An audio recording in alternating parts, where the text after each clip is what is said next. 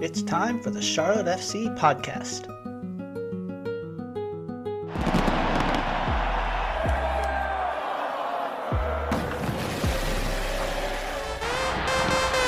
Blocked, Duzbak's gonna get it back. Westwood, rather Vargas, the touch, the finish! Gone! The Alba, whipped in, good ball! Oh! Christian Kalina, a save to save the season! Crowd belongs to Charlotte! And Charlotte FC, if the results hold, have clinched its first playoff berth in club history!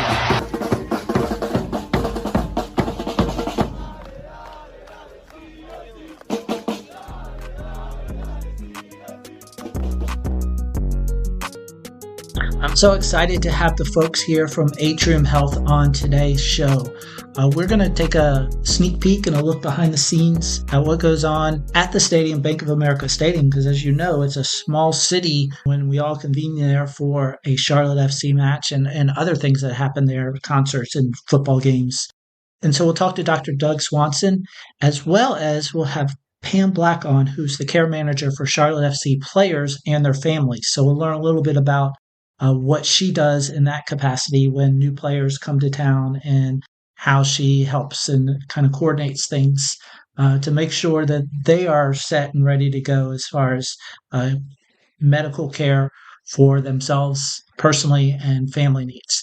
So get ready to listen. It's a great show. Welcome again to another edition of the Charlotte FC podcast. I'm Nick Finelli, your host. Today I have Doug Swanson here with me, and I'm going to let Doug share a little bit about what he does, why he's on the show, and what we're going to talk to him about. Doug, go ahead. Sure. Thanks, Nick. Doug Swanson. I am an emergency physician at Carolina's Medical Center with Atrium Health, and part of my role is as medical director for our event medicine team, and that team provides emergency medical care at a number of sort of mass gathering situations. Bank of America Stadium and Charlotte FC being one of those events that we provide medical care support for both spectators and for the action on the field as well. Nice. And then we also have Pam Black joining us, and she's going to be able to talk about more of the role that the care Atrium Health's focus with Charlotte FC players, staff, things like that. So she'll be on in a minute. But so Doug, so let's just kind of talk about, is this full-time at the stadium, or is this in addition to other things that you're doing? Because obviously there's not something going on in the stadium every day. Yeah. So this role for me is in addition to other work that I do as an emergency physician, working shifts in the emergency department, and also as an EMS medical director. So I, in addition, am the medical director for the Mecklenburg County Medic, so our Mecklenburg EMS agency, and the critical care transport service out of Carolina's Medical Center as well. Nice. So let's kind of start with some place so people understand. So at the stadium, people may or may not be aware that there is basically I would call it like a full-time medical kind of office or team there waiting to help the spectators and anybody else who's kind of at the stadium. It's almost like its own little hospital kind of emergency room there at the hospital or at the stadium. Can you kind of talk about where that is and what kind of the role is for that? Yeah, sure. So we have a number of care centers throughout the stadium.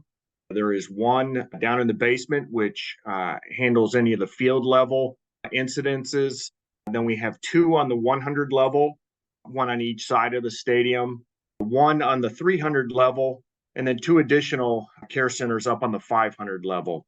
And we're there for any medical events or traumatic events that occur with spectators, stadium workers, concessionaires, the ushers and other stadium personnel to be able to provide that care right on scene and be able to react quickly, and in a way then to also help people be able to remain at the event that they're attending, so that they all don't have to get sent someplace else to get the care and miss out on the event that they've come to watch.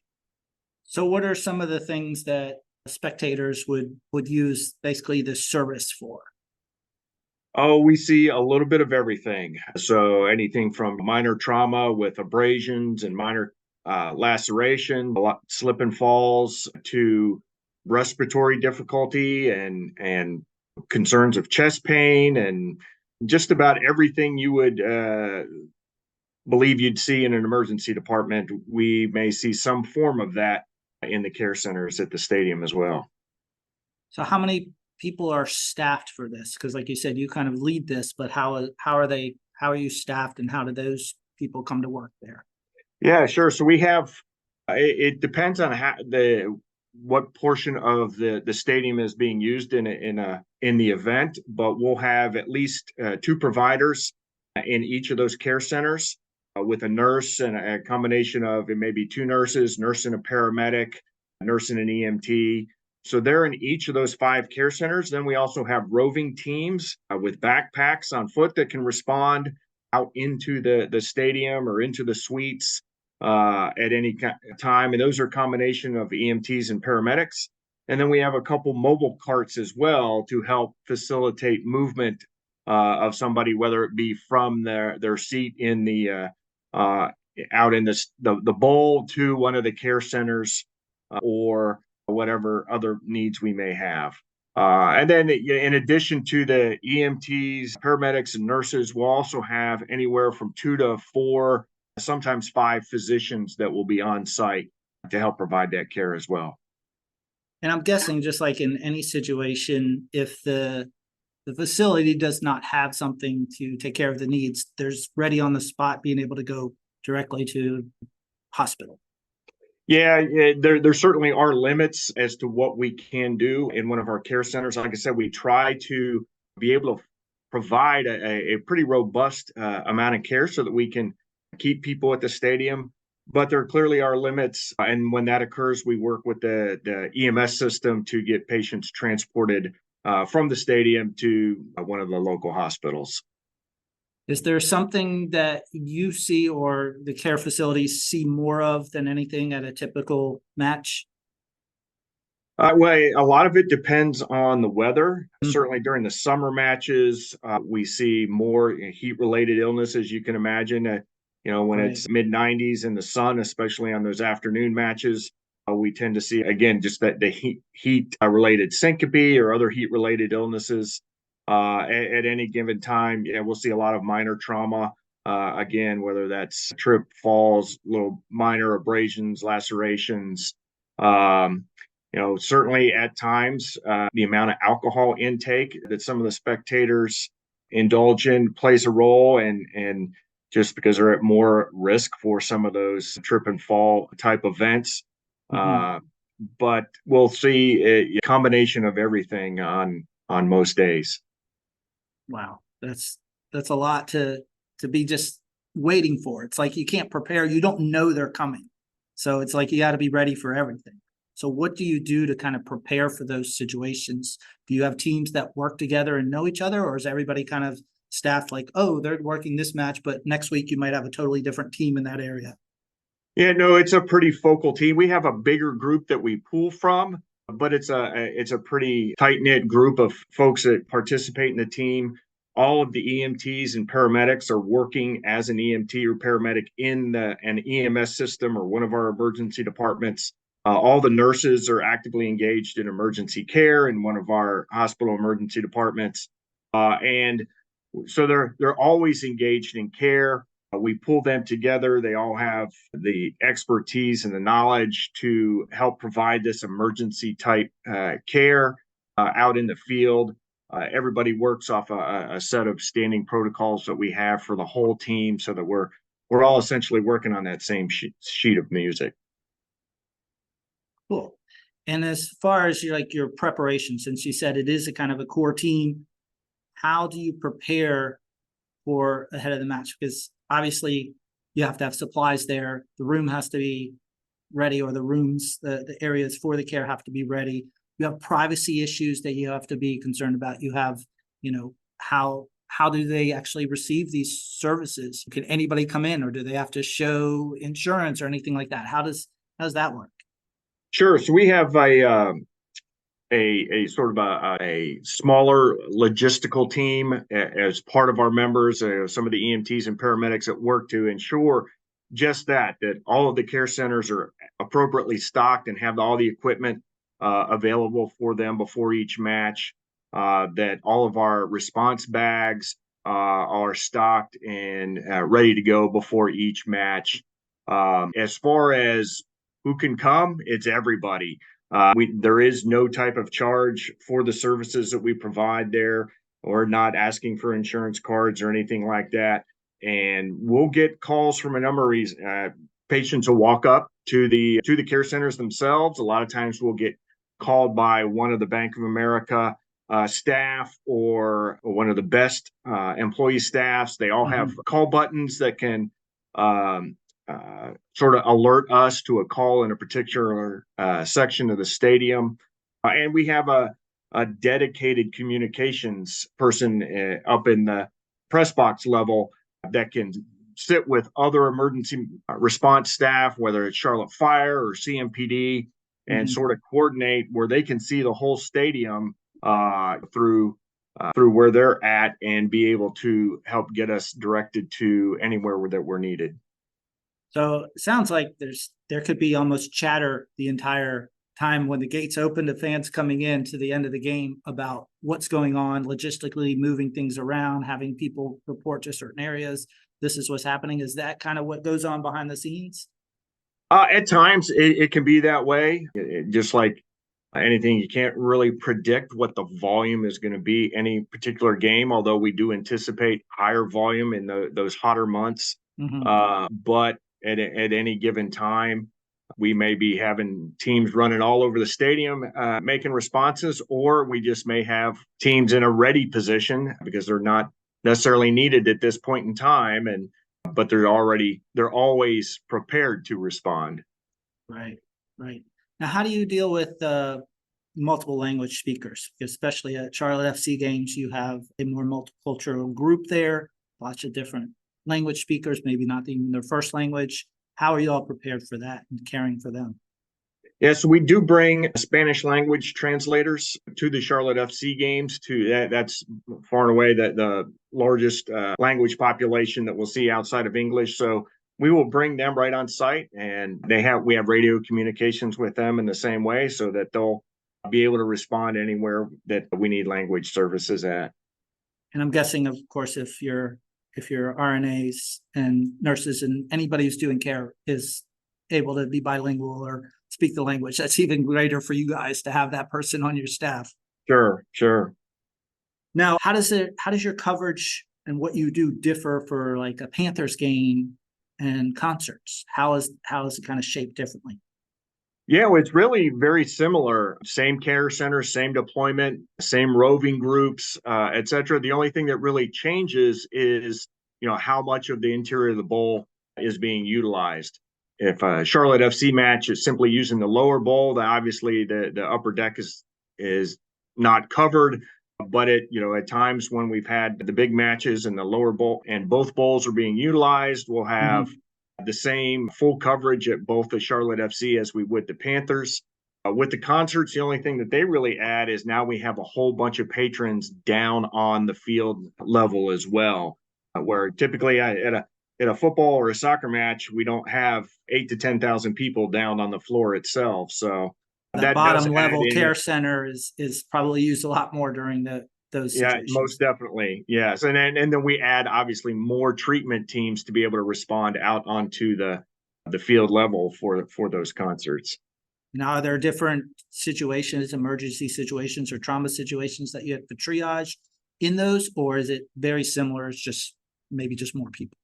Yeah, it's very similar between all of them, and the only thing that really changes is just the volume as the attendees increases, our response volume increases as well. Cool. Well, thanks, Doug. I'm going to actually shift over to Pam, and then we'll bring you back both together. I want to introduce Pam Black. She works for Atrium Health and works directly with the Charlotte FC. So, Pam, kind of take a minute here and just introduce yourself and what you do specifically with Charlotte FC and part of your work? Pam Black here. I work for sports medicine through Atrium Health, and my primary focus is for the Charlotte FC players and their families. As you mentioned earlier, we have the majority of them are from different countries. And so I help them get plugged in with physicians that the families need, pediatricians and family practice physicians for them when they get to this country. And then I also, of course, work with the team, any needs that the team doctors want for MRIs or just any other thing that they need medically. I set that up for them. So you're not only coordinating with the players for special things that they may need for services or something like that, but you also kind of help them, like you were saying, find family physicians or dental or whatever they might need to have the right medical care for their extended family besides the players, right? Yes, that's true. Well, that's interesting because I always wondered, people are traded, players come in, and then all of a sudden, like who helps them understand? How do you get acclimated? Because anybody who moves somewhere new, it's like, that's one of the things you got to figure out. And it takes a while. Like, who's a good doctor? Who can help with this? We have a child with this issue or something like that. And they need to be able to confidently be able to share that information, but also you need to kind of send them to the right person. Is that a lot of your role, or is that just one part of it? It's just one part of it. Of course, different times of the year, like at the beginning of the year, if they're signing new players, or midsummer when they'll sign new players on, we'll get new families. And so that piece kind of waxes and wanes according to the time we're at during the season. But I couldn't do my job without the interpretation services over at Atrium Health, because we do have a lot of players from different countries. And so they can always get somebody to help me with the wives on the phone to interpret as well. It doesn't matter. We have Polish speaking and Croatian and, so yeah, it waxes and wanes with the season. Yeah. And so what is your role on a match day? Because I can understand you have probably lots of conversations and things you're helping, but on a specific match day, do you have specific duties? I'll go into the training room. We have training room hours every Tuesday with the doctor where we see the players for just any issue they might be having. But then on match day, I'll go into the training room prior to the game. Generally, anything that the players are going to need, we've taken care of before that actual day. Then after the game, I'll go back into the training room, and that's generally after the match. I'll go back in there. That's whenever we're going to figure out if somebody needs an MRI, of a certain body part due to a potential injury during that match. So you work directly with John McGregor and the performance team to kind of coordinate those things? Yes, and the two team doctors. We have an orthopedist and a sports medicine doctor that are there on site for every game, and they'll let me know who needs an MRI on what. Wow, that's a lot of work. It is. So, I don't think people appreciate all the stuff that you all do in just not only the day-to-day, but on match day. I mean, there's all these things like you both have shared that go on behind the scenes. So this is for both of you all. How did you guys get into this work? I'll start with Doug. Oh, you're still muted, man. Sorry. As you can imagine, I am also a sports buff. I've played sports all my life. I played baseball through college. So just being able to stay in this arena and work outside of the walls of a hospital is what I really enjoy. I love the team that I work with. It's a bunch of great folks.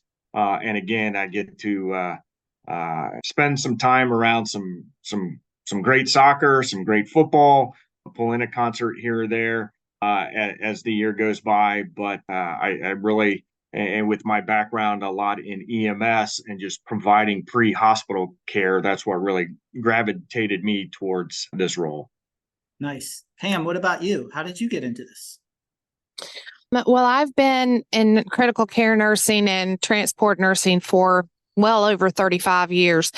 So just a lot of pre-hospital care. And then I worked with event medicine in the past. So when the team was coming in town and they needed, we're going to need a team nurse, we reached out and made that connection, and it's just been a good fit for my background. And I have one of my strong points is that I can actually make contacts really easily. And that's a very important part of this, is to have contacts. And I think everybody enjoys or feels comforted when they have somebody who's kind of leading them that's had so much experience and has seen almost every situation, because you feel confident that that person can help you take care of things. So both of you all, I think, with that experience probably fit really nicely. Now, why did each of you get into the medical field? Well, that's a tough one to answer. Other than outside of playing sports all my life, it was science, it was medical care, the whole thought process behind evaluating a patient and determining what needs to be done, and then obviously the best part is in seeing great responses that we've been able to get somebody feeling better from whatever their current predicament may be, and I've just had that all my life. So there wasn't any like moment where you're like, oh, I want to do this. Like this is calling me, or maybe you had an injury and you're like, wow, look at all the stuff they're doing. I want to do that. Yeah, not a specific incident. And you're really my mother was a nurse, a hospital nurse. That's about the only medical connection I had within my family or even my extended family. But just throughout my education, that's just where I seem to constantly be pulled towards. Right. What about you, Pam?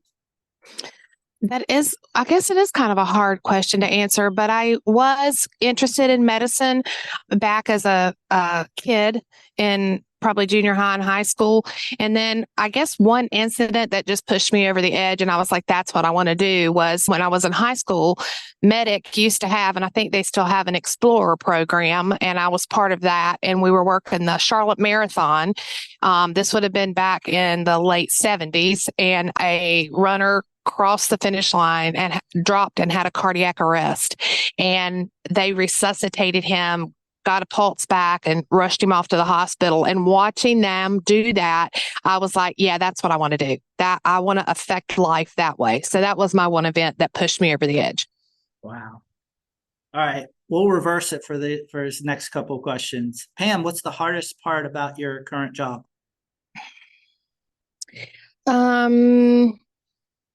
Well, it's figured out now, but I did struggle initially with the language barriers, having so many languages. And I mean, I just have this urge to help people and help them understand. And, they're coming from different societies with different medical setups, like socialized medicine, and trying to help them understand insurances and how we do things here. I can imagine. That's been a hard road, but as soon as I made the connection over at Interpretation Services, that just smoothed right out. They are wonderful, and they can get any language that I need within minutes on the phone. So that's been wonderful. Nice. What about you, Doug? Hardest part? My hardest part is probably trying to find time to do all the things that I want to do. And I really, again, all the events at the stadium, I enjoy covering tremendously. And it's a lot of times, though, I have other commitments, and it's trying to keep all the schedules that I have aligned so that I can attend the vast majority of the events at the stadium. Wow. Now, both of you, I'm sure you're probably pretty cool and collective, but have you had like a scary moment in your career that you're like, wow, that was so intense? Like, even though you probably, maybe it came out well, maybe it didn't, but was there something that was really scary? I think we've probably all been there, anybody who does emergency and or pre-hospital medicine. But I mean, you just function, you push through it, and you may get weak-kneed after the fact, but you just push through in that moment. Yeah, I would have to agree with that you always come into situations with really sick persons or really injured persons that are tenuous at times, but you fall back on your training, you fall back on the fact that you have great teams that you're working with, and you work through each individual and tailor each situation to get that patient the best outcome possible.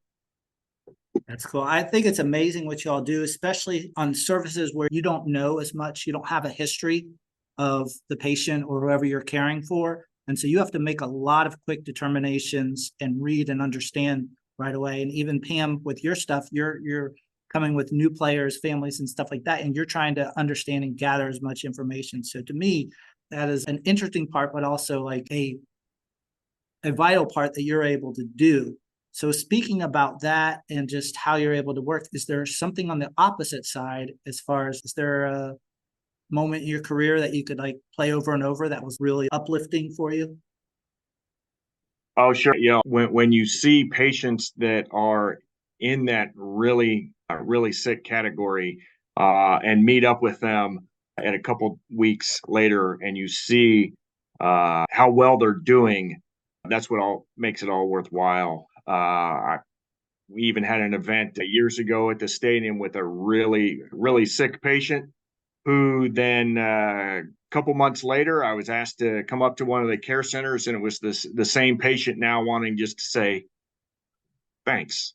And he's now attending the next game with his granddaughter, and just to see that sort of thing you can have an impact on makes it all Nice. worthwhile. Pam, do you have a moment? Well, I have to second what Doug said. And if anybody listens to this and has ever had a major medical event and you think about it, you should go back and visit, because those are what makes those moments worthwhile. Just when we have patients that were very critical, but then months later they come back and visit, and that really just reinforces what we do. So I would encourage anybody that thinks about it, go ahead and go back and visit your caregivers. Nice. All right. But is there anything, and this is for both you, either one, is there anything that you wish people would know about what you do that you don't think they understand? And maybe it's a question I haven't asked yet.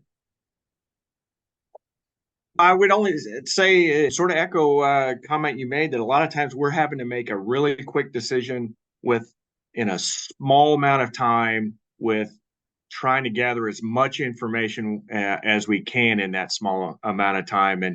And sometimes it can get frustrating to folks, especially when maybe the nurse or paramedic has asked those questions, and then I ask some of the same questions, and it seems some redundant at times. But just that it's always, remember, we're trying to get the best outcome possible for you. Yeah, I was second that. And I would say I want people to know that we care, and that's why we're there. So we are there to do our absolute best for you, and just trust us. That's what we're doing. Awesome. All right. We have a last section of our podcast. It's just like a 2-minute section. We call it stoppage time. It's stoppage time. I'm just going to ask a question. We'll just go Pam, Doug each time. I won't even call you. Just quick answer. First thing on top of your head. Do you have a must-do personal ritual each day? I do. I do my morning devotional is what I do.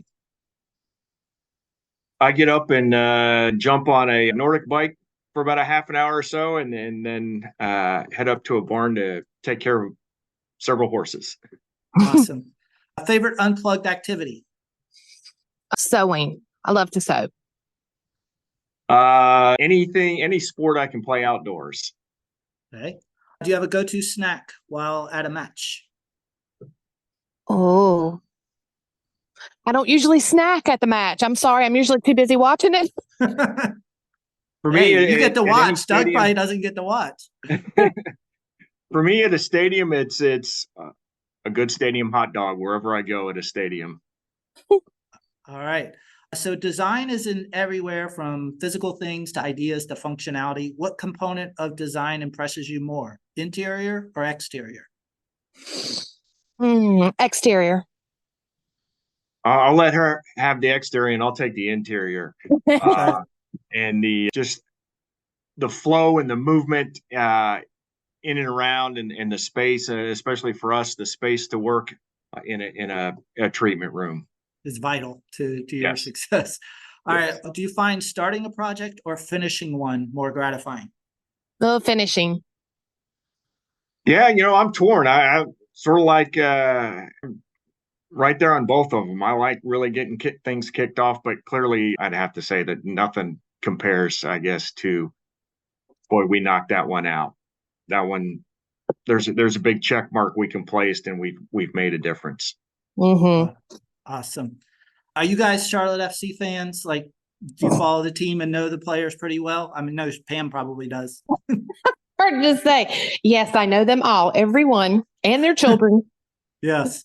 So I'm not going to, I was going to ask this question, but there's probably too much bias there. I was going to ask, if you were a current player on Charlotte FC, what player would you most be like? Oh, I can't pick one.